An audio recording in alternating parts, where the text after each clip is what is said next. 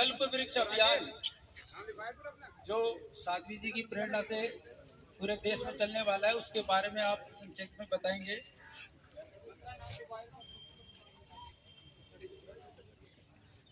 सम्मानित मंच, सभी पर्यावरण संरक्षक के कार्यकर्ता लोग, 15 जून 2025 को परम पूज्य गुरुदेव आचार्य सुशील कुमार जी महाराज 100वें वर्ष में प्रवेश कर रहे हैं और गुरुदेव का सपना था पर्यावरण, अहिंसा, शाकाहार।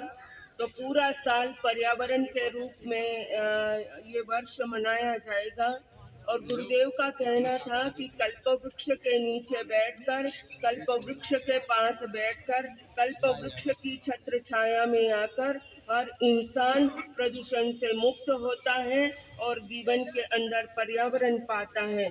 आज आपका कोई भी किसी भी तरह का जगह हो, चाहे ऑफिस हो, कारपोरेट कंपनी हो, मॉल हो, गली हो, मोहल्ला हो, घर हो, परिवार हो, समाज हो, सबको आज पर्यावरण की आवश्यकता है और पर्यावरण होगा तो ही हमारा जीवन होगा। गुरुजी का कहना था कि हर वृक्ष कल्प वृक्ष है। अगर आप वृक्षों का महत्व समझ जाएंगे, वृक्षों की हिस्ट्री को समझ जाएंगे तो जीवन में कभी परेशानियों का सामना नहीं करना पड़ेगा।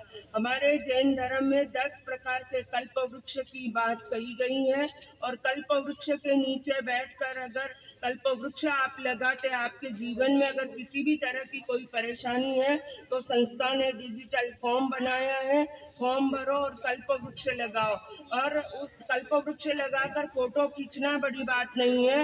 1 साल तक जो कल्प वृक्ष का संरक्षण करेगा, पालन करेगा, उसको संस्था की तरफ से 2026 में पर्यावरण वीर के नाम से सम्मानित किया जाएगा, डिजिटल सर्टिफिकेट दिया जाएगा। अब वृक्षों के बारे में हमें पता नहीं है, हम लगा तो लेते हैं, पर्यावरण दिवस से नर्सरी से निकाल लेते हैं, 3 महीने बाद जाके देखो तो वृक्ष होते ही नहीं है। तो ऐसा पाप भी मत करना, वृक्ष का पालन कर सको, संरक्षण कर सको तो ही आप जिम्मेवारी लेना। जिस तरह से इंसान को, बच्चे को संभालना पड़ता है, इंसान की केयर करनी पड़ती है, ऐसे ही वृक्षों की क्या करनी पड़ती है, केयर करनी पड़ती है। तो वृक्ष जो भी लेगा, और हमारे देश के अंदर क्या है, कुछ आयुर्वेदिक वृक्ष है, कुछ इस तरह के पूजनीय वृक्ष है, कुछ हमारे जीवन को पोषण करने वाले वृक्ष हैं और संसार का भगवान ने, प्रकृति ने जो भी वृक्ष बनाए हैं उसके अंदर कोई ना कोई गुण अवश्य होता है। राशियों के हिसाब से, नक्षत्रों के हिसाब से भी आप वृक्ष लगा सकते हैं। गुरुदेव का कहना था हर एक व्यक्ति 9 वृक्ष जरूर लगाए। 9 ही क्यों लगाए? क्योंकि 9 वृक्षों जितनी वो ऑक्सीजन अपने जीवन के अंदर लेता है। तो हम धरती माँ का कर्जा उतारने के लिए, अपने जीवन को सफल बनाने के लिए, गाड़ियों से काम नहीं चलेगा, पक्के मकान से काम नहीं चलेगा।